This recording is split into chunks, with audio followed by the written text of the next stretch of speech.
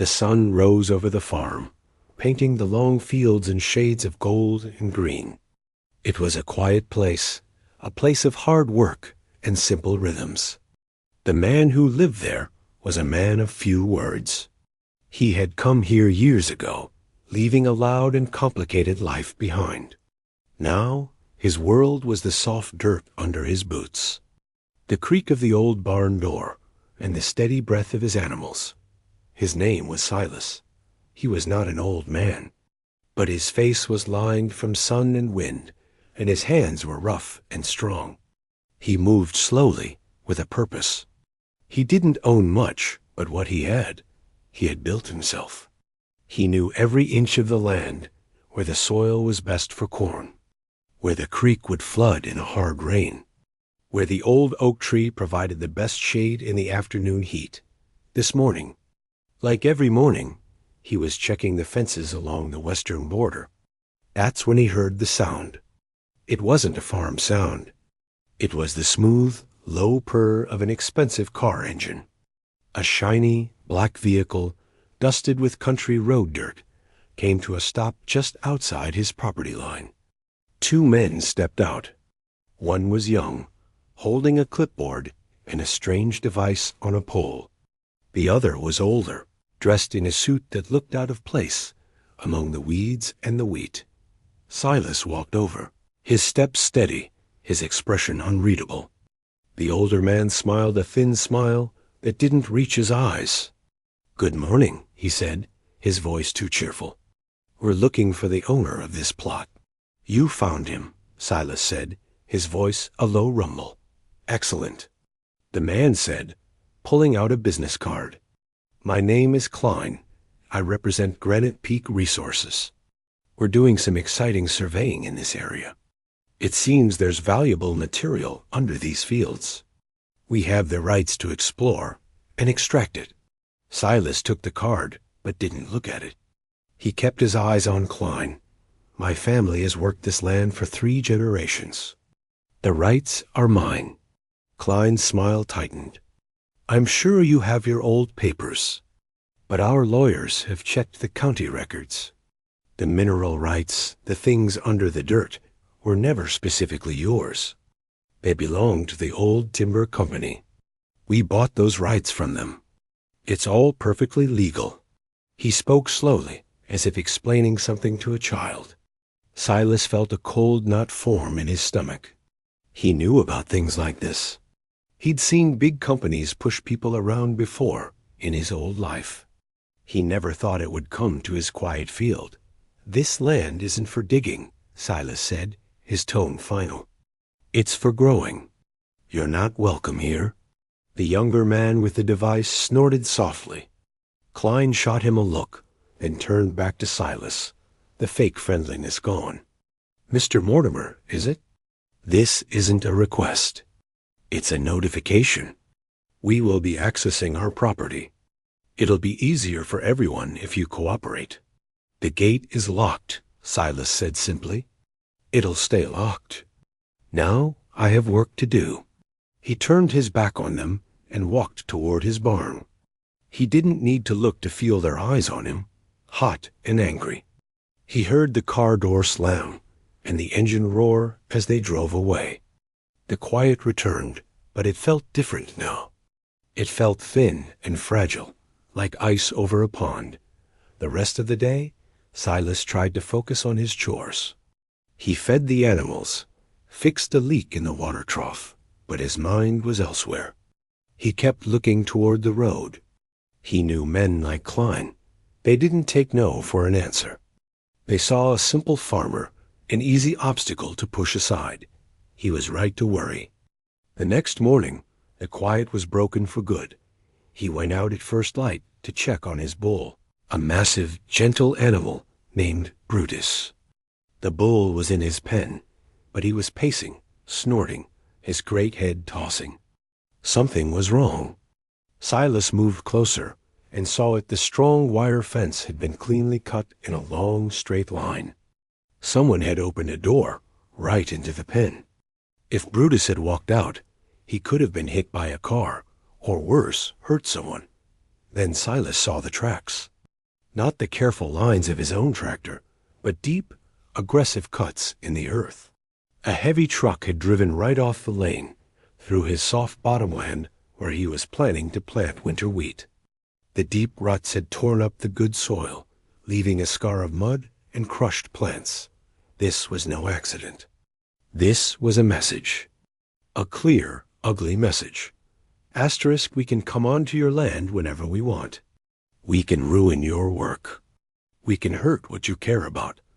Asterisk, a slow, hot anger began to burn in Silas's chest, an anger he hadn't felt in many years. This wasn't just about business to them. This was about disrespect. They thought he was weak. They thought he would just stand there and watch them destroy everything he had. He spent the afternoon repairing the fence and filling in the ruts, his movements stiff with fury. As the sun began to set, painting the sky in oranges and purples, he stood on his porch, looking out at his peaceful land, now violated. The sheriff would be no help. It would be his word against a big company's lawyers. No evidence. He knew then that the rules had changed. The law wasn't going to protect him here. He was on his own. He walked back into his old farmhouse, its wooden floors creaking under his weight. He didn't turn on the main lights. He climbed the narrow stairs to the second floor, then pulled down the folding ladder to the attic. The air was hot and thick, with the smell of old wood and dust dot in the corner. Under a faded canvas tarp was a long metal footlocker. It was army green and very heavy. He hadn't opened it in 15 years. He'd hoped he would never have to. He brushed off the dust and knelt before it. The latches were stiff, but they opened with a solid clunk. He lifted the lid dot inside. There was no treasure. No money, no jewels. Instead, neatly packed, were things from another lifetime. There were old manuals with faded diagrams, specialized tools, night vision goggles, their lenses dark, a high-powered, long-range hunting rifle, broken down and oiled, alongside ammunition that was not for ordinary hunting. There were maps and notebooks filled with precise, technical handwriting that was his own. He didn't touch the gun first. He picked up a small, black, weatherproof notebook. He flipped it open. The pages were filled with notes about angles, distances, materials, tactics. It was the language of his past life, a life of planning and protection, and when necessary, applied pressure. He sat back on his heels in the dusty attic light. The simple farmer was still there, the man who loved the quiet dawn. But now, sitting with the ghost of his old self, another man was waking up. A man who understood defense. A man who knew how to plan. A man who knew that sometimes, to protect your home, you had to become something else entirely. He closed the notebook and looked at the tools in the locker. The peaceful life was over. They had picked this farm, and they had picked this man. They just had no idea who he really was. The first move had been made against him. Now it was his turn. He would not run. He would not give in. He would make his stand right here on the land he loved. The anger from the ruined field and the cut fence was a cold, hard stone in Silas's gut. He didn't shout or curse. He just got very, very quiet. He knew men like the ones from Granite Peak. They thought the first show of force would make him crumble. They wanted him scared or angry enough to do something stupid, to give them a legal reason to come in and take over. He wouldn't play their game. He would make a new one. The next morning, he did all his normal chores. He fed the chickens, milked the old dairy cow, checked on Brutus the bull. To anyone watching from the road, he was just a farmer going about his day. But his eyes were different. They were no longer just looking at the soil or the animals. They were scanning. They were measuring. He started with the obvious. He bought a few small, tough cameras from the hardware store in town. They were the kind hunters used to watch for deer. He put them in waterproof cases and mounted them high in trees at the corners of his property, looking down the access roads. They were well hidden, powered by little solar panels. He didn't mention them to anyone. Then he began to walk his land again. But this time he saw it with new eyes, the eyes of the man from the footlocker. He noted where the land dipped and rose, where the trees grew thick, where the creek created natural barriers. He found the old deer trails. He saw how the morning sun would glare in someone's eyes if they approached from the east, and how the western tree line was dark and deep by late afternoon dot. He spent a week just watching and listening. He'd sit on his porch in the evening, a cup of coffee in his hand, seemingly relaxed. But he was timing the cars that drove by.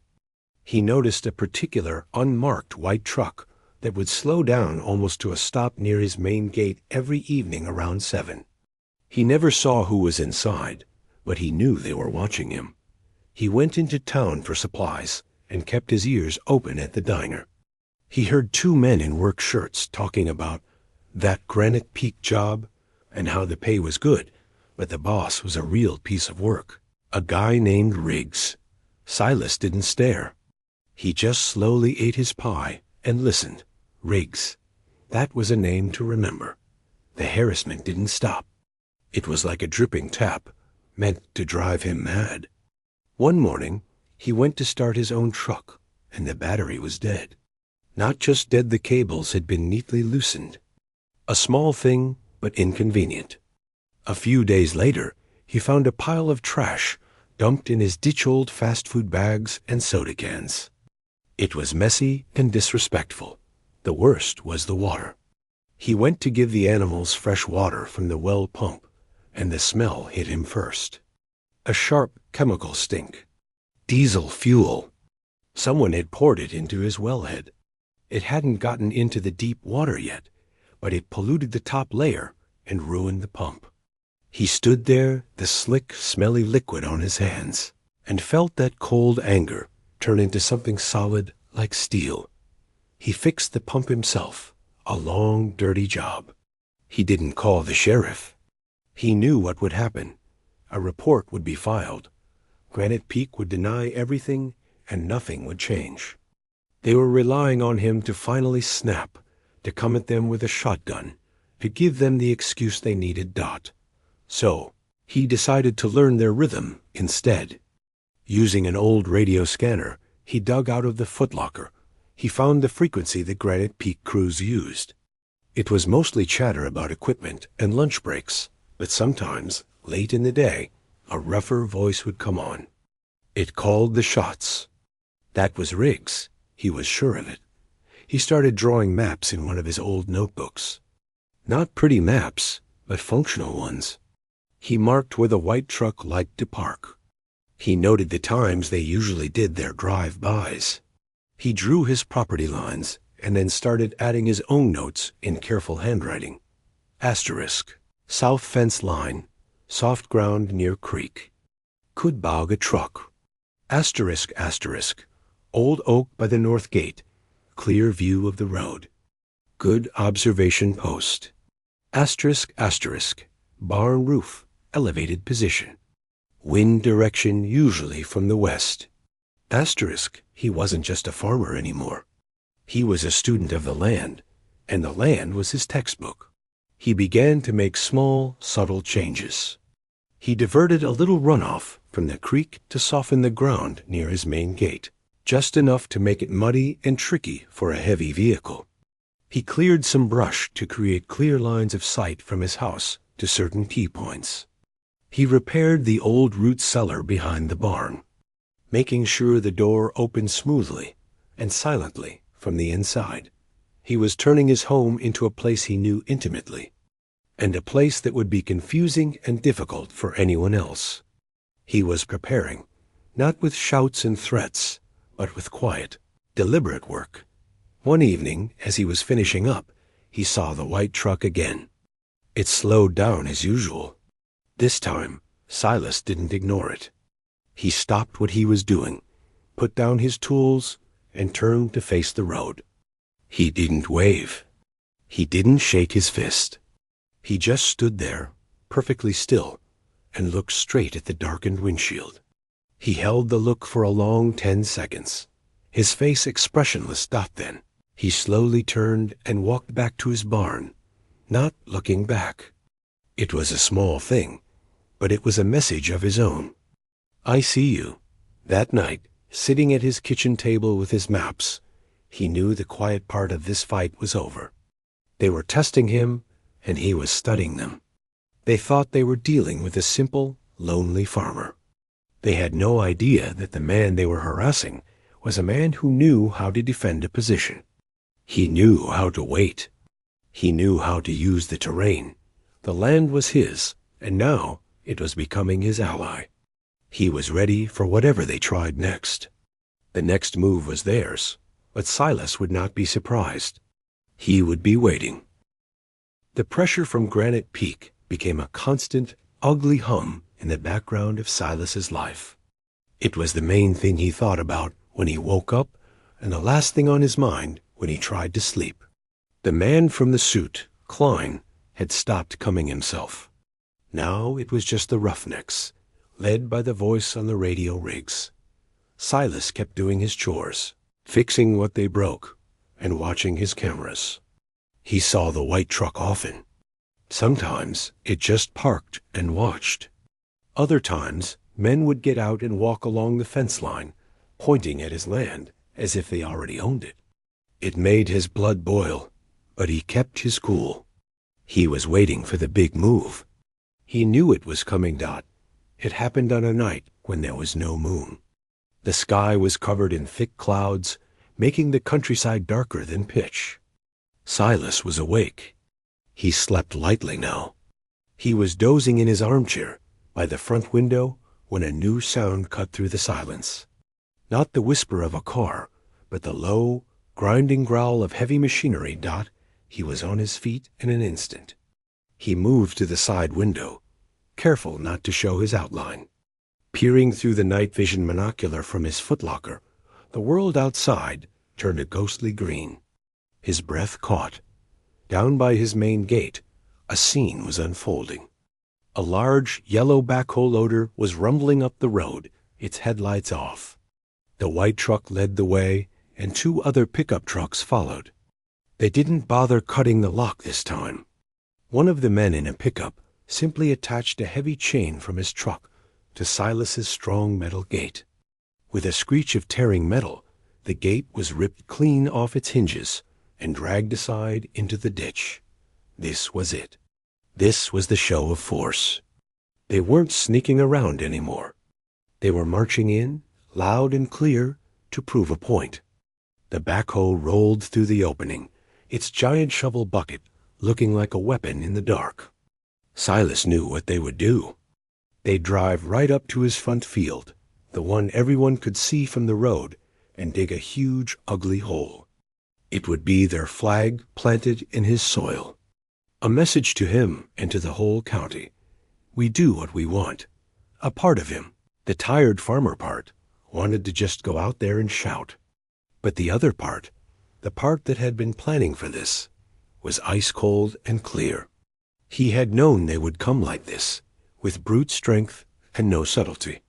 He had counted on them underestimating him. He moved quickly and silently through the dark house. He didn't go for a gun. He went to a metal electrical box in his laundry room. Inside, next to the main breaker, was a series of new switches he had installed himself. He flipped the first one. Outside, nothing seemed to happen at first. The backhoe and trucks crept up his long driveway. Then the lead truck, the white one, hit a patch of ground that looked solid in the dark. But Silas had spent 3 days the previous week diverting a small underground spring there. The dirt on top was dry, but just beneath was pure, soft mud. The front tires of the truck sank. Then the back tires. In seconds, it was stuck up to its axles, the engine whining as the driver tried to gun it out. The truck behind it slammed on its brakes to avoid hitting it. From the house, Silas flipped a second switch. High up on poles near the barn, two powerful industrial sprinklers whirred to life. They weren't hooked to water. They were hooked to a 1,000-gallon tank that Silas had spent the afternoon filling with a special mixture water from the creek, mixed with the liquefied manure from his barn. It was cold, thick, and it smelled like a sewer. The high-pressure jets arced across the darkness, drenching the men who were now piling out of the stuck trucks. They yelled in surprise and disgust, slipping in the mud, wiping the foul. Stinking liquid from their faces, Silas flipped the third switch. On the roof of his porch, a set of 4 old aircraft landing lights, bought from a junkyard and wired together, blazed to life. They were incredibly bright, aimed right down the driveway. The men, already blinded by the manure spray, now threw their hands up over their eyes, completely disoriented. The world for them was suddenly a chaotic hell of stink, blinding light, and sucking mud. Then Silas's voice cut through the noise. It came from speakers he had hidden in trees, and it was flat, calm, and terrifyingly clear. There was no anger in it. It was the voice of a man stating a simple fact. You are trespassing on private property. You are destroying my land. Leave now. This is your only warning. For a moment, there was just the sputtering of the manure sprinklers and the whine of the stuck truck's engine. Then a big man, bigger than the others, surged forward out of the group. He was covered in muck, and his face was twisted in pure rage. This had to be Riggs. He shook a fist at the dark house. You're dead, old man. You hear me? You're finished. Your truck is stuck in 3 feet of mud. Silas's voice came back, still calm. Your other vehicles are blocked. The sheriff has been called. You have about 4 minutes to start walking out before you get to explain this to him. Silas hadn't called the sheriff, but they didn't know that. He watched through the monocular as the words sank in. The men looked at their stuck trucks, at the blinding lights, at the invisible man in the house who had turned their show of strength into a humiliating joke. The fight went out of them. They were wet, cold, covered in filth, and suddenly very unsure. With a final furious curse, Riggs waved his arm. Forget it. Move. The men began to stumble back down the driveway, leaving the expensive machinery stuck in the mud. They slipped and fell in the dark, their retreat anything but dignified. Silas watched them go until they disappeared into the darkness beyond his property line. He let the sprinklers run for another minute to clean the area, then shut everything off. The sudden silence was deafening. The only light was the single bulb from his porch. He walked outside. The smell was awful, but it was the smell of his land, his animals. It was a smell of life, not of diesel and greed. He looked at the ruined gate, the deep ruts from the backhoe, and the stuck white truck, its headlights now shining uselessly into a fence post. They had made their big move, and he had stopped them cold without firing a single shot. But as he stood there in the quiet, he knew this wasn't over. A man like Riggs, humiliated like that, wouldn't just walk away. The game had changed. It was no longer about harassment. It was about pride and revenge. The real danger was just beginning. Silas went back inside. He had a lot of cleaning up to do tomorrow, and a lot more planning to do tonight. The quiet that followed the night of the mud and the lights was the worst kind. It wasn't peaceful. It was the quiet of a coiled snake, the quiet before a thunderstorm hits. Silas knew the men from Granite Peak, especially Riggs, would be boiling with anger. Humiliation was a more powerful fuel than greed. They would come back, and next time it wouldn't be with machinery. It would be with violence. He spent the next day in a grim, focused cleanup. He used his own tractor to pull their white truck out of the mud, then hooked a chain to it and dragged it off his property onto the county road. He left it there, filthy and abandoned. Let them explain that to someone. He straightened his gait as best he could, though the posts were shattered. The physical scars on the land were easy to see. The deeper worry was in the air. He checked his hidden cameras more often. The feed showed nothing but empty roads. That was a bad sign. It meant they were planning, not just patrolling. That evening, as he listened to the scanner, he heard the proof. Riggs's voice was there, tighter and angrier than before. He wasn't talking to the whole crew. He was talking to just a few men. The words were coded, but Silas understood the language of men about to do something stupid. "Package delivery tonight," Riggs grunted. "The old address. We'll do it by hand. Quick and quiet, then we toast the success." Silas's blood ran cold. By hand meant they were coming on foot. Toast the success sounded like fire. They weren't going to dig a hole this time. They were going to try and burn him out. A deep old fear stirred in him. This was crossing a line. This wasn't about land anymore. This was about trying to destroy a man's home, his history, his whole life. The cold focus that had taken over him now hardened into something else, a protective fury. They wanted a fight in the dark? He would give them one. But it would be on his terms, on his ground. He moved through the fading light, making his final preparations. He didn't board up the windows or get a gun. He did something else. He turned his farm into a maze, a trap for anyone who didn't know it like he did. He opened certain gates and closed others, creating paths that led where he wanted them to go. He strung thin, nearly invisible fishing line between trees and fence posts at ankle height and shin height. He didn't put out nails or things that would cause lasting harm. He wanted to slow them down, to disorient them, to make them angry and careless. As full darkness fell, he turned off every light in the house and the yard. He wanted it to look like he was asleep, or even better, like he had gotten scared and left. He put on a dark jacket and stood just inside the shadow of his barn, waiting. The night was cool and still. He could hear every cricket, every rustle of a mouse in the grass. It wasn't long before he saw them. 4 dark shapes, moving quickly and quietly from the tree line where they'd parked the car down the road. They didn't come up the driveway. They cut through the back field, thinking they were being clever. Silas almost smiled, a thin, hard smile. He had hoped they would. He watched them through the night vision monocular. He recognized Riggs's big shape at the front. They carried bags. He saw the glint of glass bottles and the rag stoppers. Molotov cocktails. His heart hammered against his ribs. They reached his first fence line.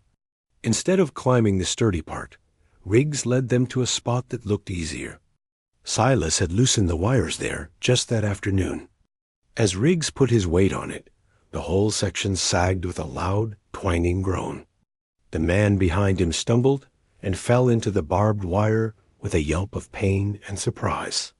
"Quiet, you idiot!" Riggs hissed. They were already off balance. They moved forward into the wider part of the yard between the barn and the house. This was where Silas had done most of his work. The big man took 2 more steps, and then his foot caught the first fishing line. There was a soft click from the darkness near the barn. Then a sound erupted that was so loud and shocking it didn't seem real. It was an air horn, the kind used on big semi-trucks, and it blasted through the quiet night like a scream. The men jumped, clutching their ears. One of them dropped his bottle, and it shattered at his feet, spreading gasoline over his boots. Panic started to set in. They hurried forward, away from the horrible noise, right into the next part of Silas's plan. He had arranged a series of old metal feeding troughs and buckets in a path. In the dark, the men stumbled into them, kicking up a tremendous, clattering racket that sounded like a whole kitchen falling down a staircase. They were making more noise than a stampede. "Spread out. Find him." Riggs shouted, his voice ragged with anger and confusion. but spreading out was the worst thing they could do. One man veered towards the garden. Silas had run lines there too. This one was connected to a different surprise. When the man tripped, it yanked a cord that pulled a tarp off a pile of old, dried chicken manure. A cloud of fine, choking dust erupted into his face, and he stumbled back, coughing and gagging. Completely blinded, another man, trying to get to the house, found his path blocked by a section of fencing Silas had quietly moved. It funneled him straight into the old blackberry patch. The thorns, as thick as needles, grabbed his clothes and skin. He cried out, trapped and thrashing in the painful vines. Riggs was now alone, raging in the center of the yard. He had his bottle in one hand, a lighter in the other. "Come out, you coward!" He roared at the dark house. Silas didn't answer with words. He moved. He stepped out of the barn shadow, not towards Riggs, but away, towards the old root cellar. He made just enough sound, a soft scuff of a boot on gravel. Riggs heard it. "There you are." He snarled and charged. He followed the sound, his eyes fixed on the darker patch where Silas had disappeared. He didn't see the final tripwire. His shin hit it hard, and he flew forward, the bottle and lighter spinning from his hands. He landed with a heavy thud on the hard-packed earth. The wind knocked out of him. Before he could even groan, a shape was on him. It was Silas. He moved with a speed and precision that didn't seem possible for a farmer. He didn't punch or kick. He used his hands and his weight. He twisted Riggs's arm into a lock that made the bigger man gasp in pain. He put quiet, immense pressure on a point in Riggs's shoulder that froze him completely. Their faces were inches apart. Riggs was breathing in ragged, pained gasps. Silas's breathing was steady. In the faint starlight, Riggs could finally see the eyes of the man he had been harassing. They weren't the frightened eyes of an old hermit. They were the clear, calm, and terrifyingly empty eyes of a soldier looking at a captured enemy. This was no farmer. "You listen," Silas said, his voice low and so quiet Riggs had to strain to hear it. "You tell your boss in the suit, the next time he sends someone to my land, I don't call the sheriff. I don't use tricks. I come to his office. I come to his house. I look him in the eye. Do you understand?" Riggs, pinned and in real pain, could only manage a shaky nod. Silas held the lock for a second longer, making the promise sink in. Then he released him. He stood up, stepping back into the darkness. "Get your men. Get off my land, now." Riggs scrambled to his feet, clutching his throbbing shoulder. He didn't look back at Silas. He just stumbled towards the cries of his trapped and miserable crew, calling their names in a hoarse whisper. The fight was gone from him, replaced by a raw, animal fear. Silas watched them help each other limp back across the field, a broken and defeated group. He stood alone in the yard, the adrenaline slowly draining away, leaving him tired to his bones. He had won the night. He had protected his home. But as he looked at the stars, he knew it wasn't over. He had shown his hand. Now, the man in the suit would have to decide what to do next. Silas did not sleep that night. He sat at his kitchen table, the only light a single lamp, and waited. The house was quiet again, but the silence now felt different. It was the quiet after a storm has passed, where you listen for the sound of broken branches falling. He had shown Riggs and his men what he was capable of. He knew the next move would not be another night visit. It would be something legal, something final. The man in the suit, Klein, would have to try and crush him with paper, now that muscle had failed. He was right. Just after sunrise, he saw the dust from 2 cars coming down the county road. One was the sheriff's cruiser. The other was a familiar, shiny black sedan. This was it. The final play. Silas didn't go out to meet them. He let them come to the porch. He stood in the doorway, his face calm, his hands empty at his sides. He looked tired, but his eyes were clear and watchful. The sheriff, a man who had known the area for 30 years, got out first. His face was serious and uncomfortable. Behind him, Klein stepped out of his car. The man looked like he had not slept either, but his exhaustion was mixed with a smug, tight anger. He held a thick folder of papers. "Morning, Silas," the sheriff said, his voice careful. "Sheriff." Silas nodded. Klein didn't waste time with greetings. He marched up, holding the folder like a weapon. "This ends today, Mortimer. You assaulted my employees. You destroyed company property. I have statements. I have a cease and desist order and a court order granting us immediate access for survey. The fun and games are over. You either step aside right now, or the sheriff here arrests you for assault and trespassing." The sheriff shifted his weight, looking at Silas with an apology in his eyes. "I'm afraid he's got the paperwork, Silas. Those men filed a report. Said you attacked them unprovoked on their own worksite." Silas almost smiled. It was the move he had expected. They were using the law he had refused to break as a cage around him. They thought they had him. He looked at Klein, then at the sheriff, and then he did something strange. He stepped back and held the door open wider. "Why don't you both come in?" he said, his voice flat.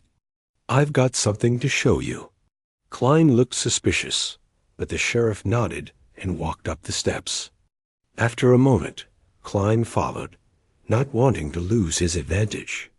They stepped into the simple, clean kitchen. On the table, next to the old lamp, was a small, ordinary-looking tablet computer. Silas picked it up. "You like paperwork, Mr. Klein? I prefer fax." He tapped the screen. "You said your men were on their own worksite last night?" He turned the tablet around. On the screen was a video, crisp and clear in night vision green. It showed 4 men climbing a broken fence onto Silas's property. You could see Riggs's face clearly as he cursed. You could see the bottles in their hands. The time and date stamp glowed in the corner. The audio picked up Riggs's whisper. "Asterisk will do it by hand. Then we toast the success. Asterisk." Klein's face went pale. Silas swiped to the next video. It showed the white truck ripping the gate off its hinges a few nights before. Then a clip of a man pouring diesel into the wellhead. Another of the same man cutting the fence around Brutus the bull. Every act of vandalism, captured in perfect detail, linked to Granite Peak vehicles and men. "But those are from our trucks. That's not," Klein stammered. "Your vehicle's on my property, causing criminal damage," Silas said quietly. He swiped again. Now an audio file played. It was the clear, scrambled voice from the radio scanner, but Silas had cleaned it up. It was Riggs's voice, giving orders for the package delivery and the toast. Then Silas pulled out the final piece. It was a printed email, pulled from the tablet. "I did some digging into public records," he said, handing it to the sheriff. "Granite Peak's mineral claim is based on a purchase from the old timber company. But the timber company's own land grant from 1912 specifically excludes mineral rights on parcels under 50 acres. My farm is 48. Their claim isn't just aggressive, Sheriff. It's fake. It's fraud." The sheriff took the paper, his eyes widening as he read. Klein looked like he had been punched in the stomach. All his confidence was gone, replaced by a dawning horror. That can't be right," Klein whispered. "It's right," the sheriff said, his voice turning hard as he looked at Klein. "And you brought me out here on false pretenses while your men were committing felonies on this man's land." Silas looked at Klein. "You wanted a war, but you fought it on my land, and I see everything on my land." He tapped the tablet. "This is all copied. It's with a reporter in the city. It's with an old friend of mine who works for the Justice Department. They have the maps, the audio, the video, the deeds. They know about the fake claim. They know about the attempted arson. He took a step toward Klein, who flinched back. You harassed the wrong farm. Now you can explain why to the people who matter. There was nothing more to say. The sheriff's posture had changed completely. He was no longer there to help Klein. He was there to do his job. Mr. Klein, the sheriff said, his voice official and cold. I think you need to come down to the station. We need to have a long talk about these videos. And I'll be making some calls to the state's attorney about fraud. Klein was led away, not in handcuffs, but looking more defeated than if he had been. He didn't look back at Silas or the farm. The shiny black car followed the sheriff's cruiser back down the dusty road, leaving Silas alone once more. The sun was higher now, warming the earth. Silas walked out onto his porch. He looked at his fields, at the repaired fence, at the land that had almost been taken from him. The fight was over. The company would collapse under the investigations. The men would face charges. The land was safe. He went back inside and climbed the stairs to the attic. The metal footlocker was still open. He looked at the tools inside, the relics of his old life. They had done their job. They had helped him defend his home. One by one, he put the items back. The night vision device, the radio, the notebooks. He closed the lid and locked the latches with a solid, final clunk. He didn't drag it back to the corner. He left it where it was, within reach. He knew now that some battles change you. You can't ever go all the way back to who you were before. He walked back outside, down the steps, and into his field. The soil was soft under his boots. In the distance, Brutus the bull grazed peacefully. A hawk circled in the wide blue sky. He bent down, picked up a handful of the dark, rich earth, and let it sift through his fingers. This was what it was all for. This was the quiet, growing thing he had fought to protect. The peace he felt now was not the ignorant peace from before. It was a peace he had earned. It was a peace he was ready to defend for as long as he drew breath. He was a farmer again, but he was also the guardian of this ground, and he would never forget it.